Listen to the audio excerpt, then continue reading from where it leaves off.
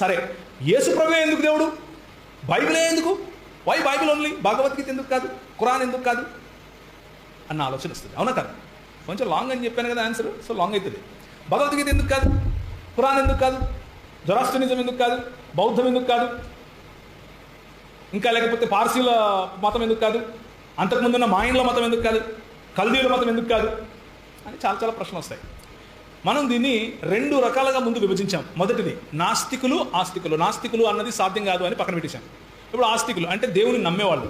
ఈ దేవుని నమ్మే వాళ్ళను మనం కొన్ని భాగాలు చేద్దాం. మొదటిది ఏకేశ్వరవాదం, అంటే ఒక దేవుణ్ణి ఆరాధించాలి. రెండవది జగదభిన్నవాదం, అంటే దేవుడు సృష్టి ఒకటే అని చెప్పడం, లేకపోతే దేవుని నుంచే సృష్టి మొదలైంది, దేవుని నుంచే సృష్టి అలా ఫ్లో అవుతా ఉంది అని చెప్పడం. మూడవది బహుదేవతారాధన, అంటే పాలిథియిజం. ఇంకా చాలా ఉన్నాయి. మనకు సూట్ అయ్యేది ఈ 3 కాబట్టి 3 తీసుకుందాం ప్రస్తుతానికి, ఎందుకంటే మన దేశంలో ఇవే ఎక్కువ ఉన్నాయి కాబట్టి. మొదటిది ఏకేశ్వరవాదం, ఒక దేవుడిని ఆరాధించడం. ఇందులో వచ్చే మతాల పేర్లు ఏంటి అంటే క్రైస్తవ్యం, యూదా మతం, ఇస్లాము మరియు క్రైస్తవ యూదా సముదాయానికి చెందినటువంటి కల్ట్స్, అంటే భిన్న తెగలు. ఓకేనా? 2 ప్యాంథియిజం, లేకపోతే జగదభిన్నవాదం. దీంట్లో వచ్చేది ఏంటి అంటే అహం బ్రహ్మాస్మి, లేకపోతే తత్వం వసి అని చెప్తారు కదా, ఆ హైందవ క్లాసికల్ హిందూయిజం. పాపులర్ హిందూయిజం కాదు. పాపులర్ హిందూయిజం వచ్చేసి 3వది, అది బహుదేవతారాధన. ఓకేనా?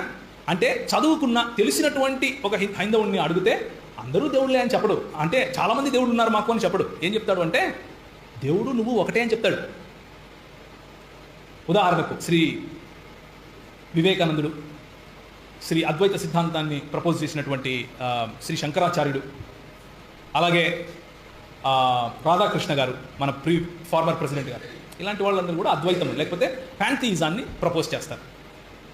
ఇప్పుడు ప్యాంథియిజం, పాలిథియిజం వర్సెస్ ఏథియిజం చూద్దాం. 2 నిమిషాలు ముగిస్తాను. దేవుడు ఒకడే ఎందుకు అయి ఉండాలి అంటే how many infinities can you think? How many infinities can you think? Do you see numbers? 1. If I say 1, what do you see? Where? How do you see 1? How does it look like? ఒకటి కనిపిస్తుందా? Are numbers real? Numbers అన్నవి నిజమేనా, సత్యమా? We don't know. Numbers are abstracts, concepts, అంటే metaphysical అంటారు, అంటే పదార్థానికి అవతల ఉన్నవి. అలాంటి వాటిల్లో ఇన్ఫినిటీ అన్నది కూడా ఒక మెటఫిజికల్ నంబర్. ఇన్ఫినిటీ అంటే ఏంటి? నిత్యత్వం. ఎన్ని నిత్యత్వాలు ఉంటాయి చెప్పండి?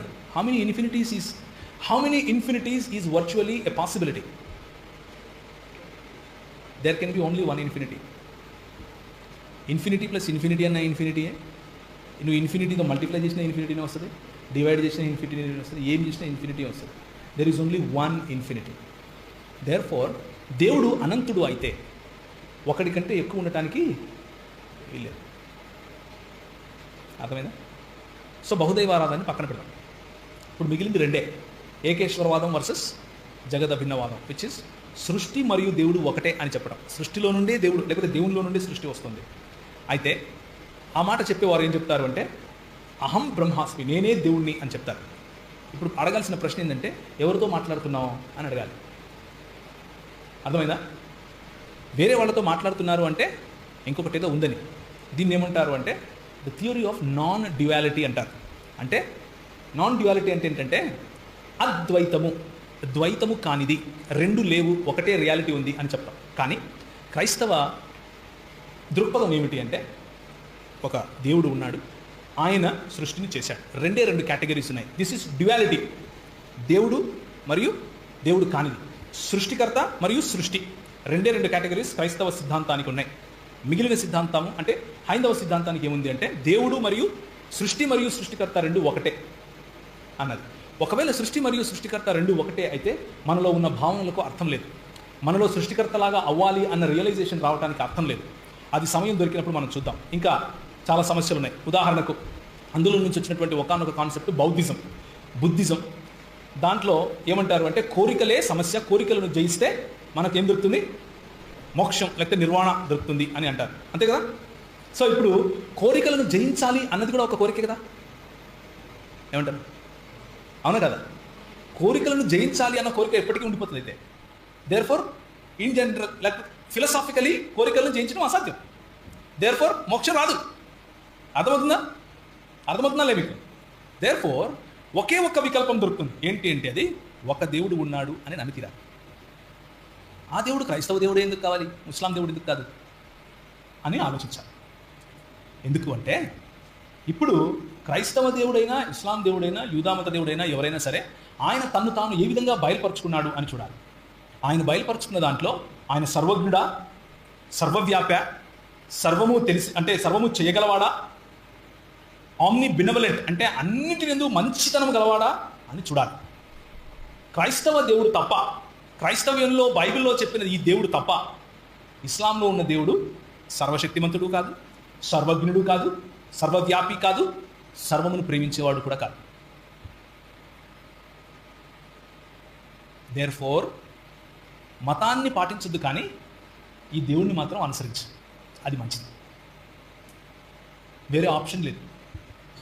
There is only one option. Either you accept this God are reject this God. You reject this God and he so loving. ఆయన ఎంత ప్రేమమయుడు అంటే నువ్వు రిజెక్ట్ చేసినా కానీ ఆయన పట్టించుకోండి, నేను నో ప్రాబ్లం అంటాడు. ఎందుకు అంటే హీ బిలీవ్స్ ఇన్ ఫ్రీడమ్. ఆయన స్వేచ్ఛ యందు లేకపోతే స్వాతంత్రం యందు ఆయన విశ్వాసం ఉంచుతాడు.